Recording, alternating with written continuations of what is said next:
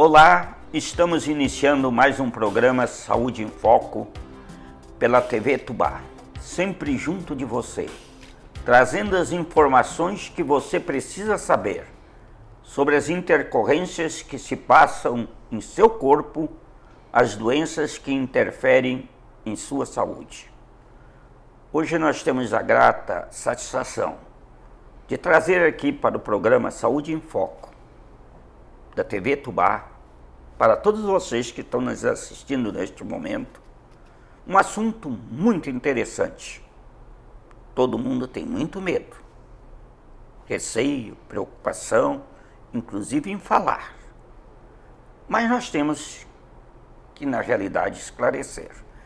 Nós estamos aqui hoje com um especialista na área, médico, Dr. Cassiano Acorde, médico especialista em cirurgia oncológica, cirurgia geral, tem vasta experiência neste assunto e será muito importante que estejamos sempre atentos nas suas explicações, o que nós vamos aproveitar neste momento.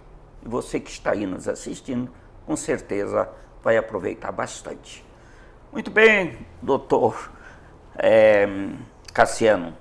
É uma satisfação contar com você aqui no nosso programa da TV Tubá, um programa que o público sempre está atento, ligado, nesses assuntos da saúde, porque interessa muito. Sim. E esse assunto, quando passa para falar em câncer, assusta. Ainda é um paradigma ainda na sociedade, né? Existe. Mas nós temos que enfrentá-lo de frente.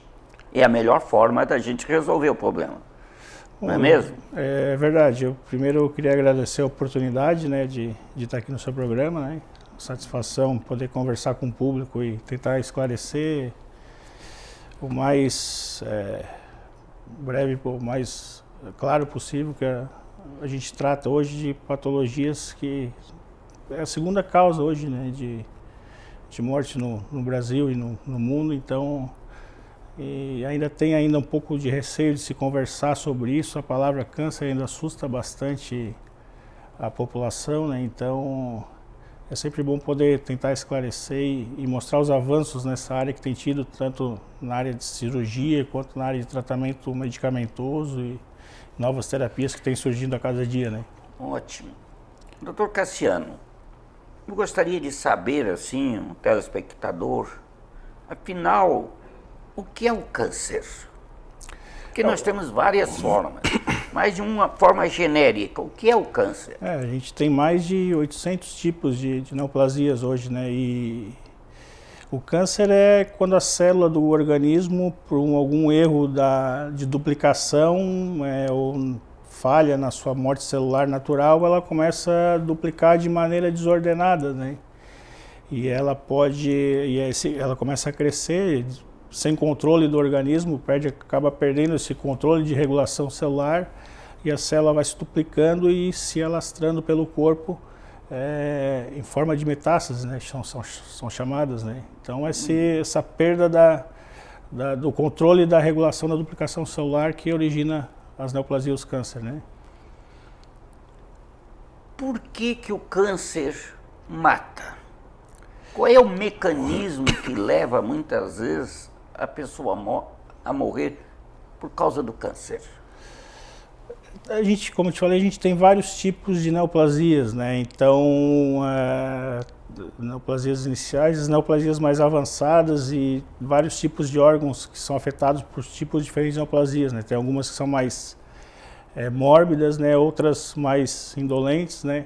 Mas, de uma maneira geral, a evolução do tumor, quando não tratado, ou quando o tratamento não funciona, né, acaba evoluindo para metástase e o paciente acaba evoluindo a óbito, muitas vezes ou por complicação desses tumores, às vezes parte digestiva, obstrução, perfuração, né, ou por insuficiência de algum outro órgão, né, metástases pulmonares, insuficiência respiratória, metástase hepática, insuficiência hepática, metástases cerebrais que levam a complicações sérias, né? Então a evolução da doença, ou não tratamento, ou a não resposta ao tratamento, acaba gerando essas complicações e óbito, né?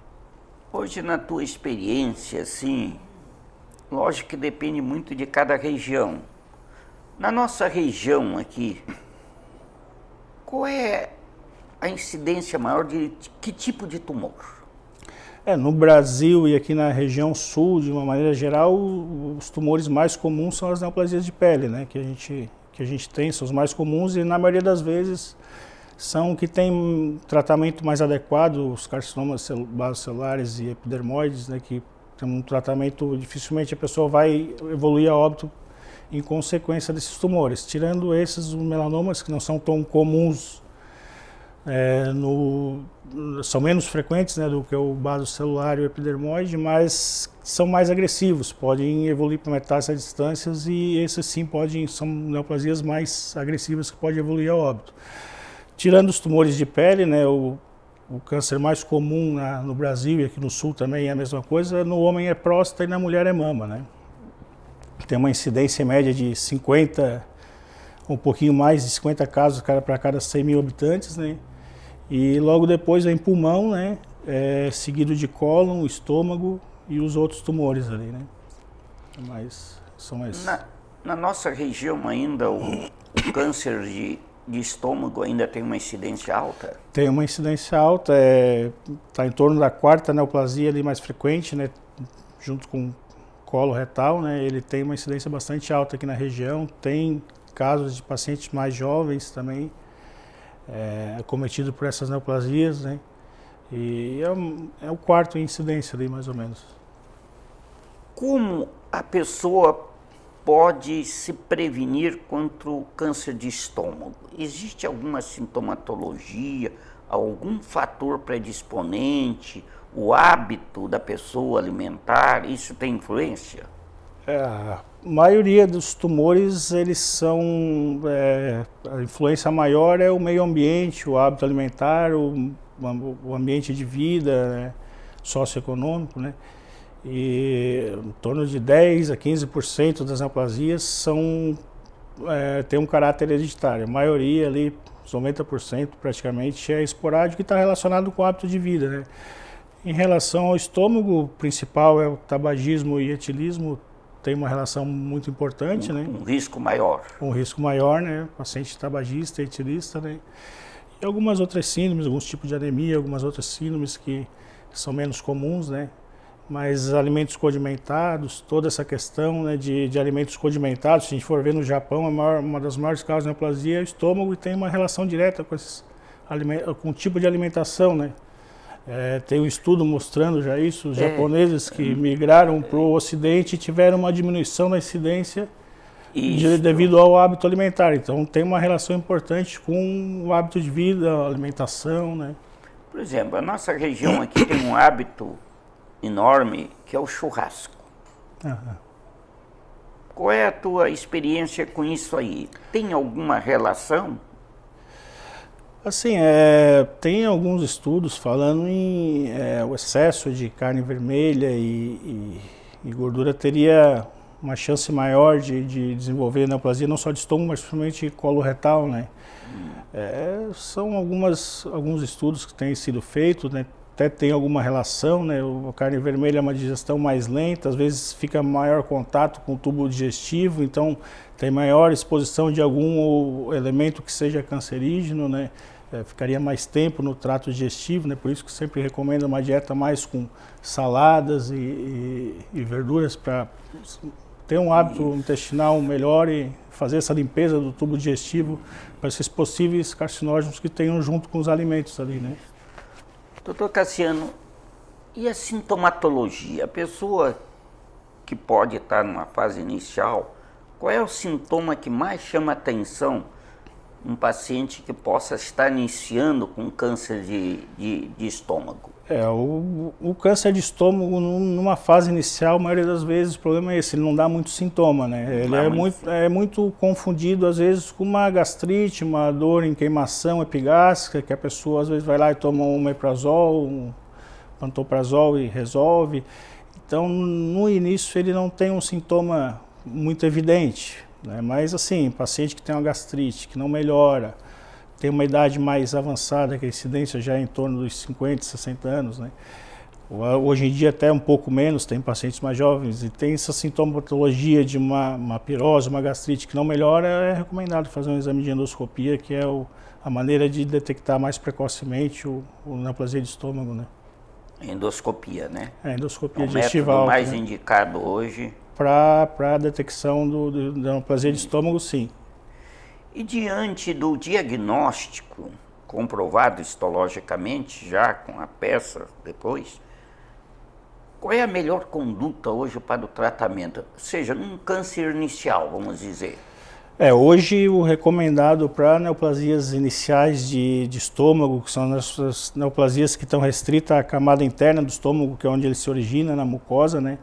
Essas neoplasias que estão nessa camada interna e não tem acometimento em gânglios ao redor do estômago, o tratamento inicial é a cirurgia, tá?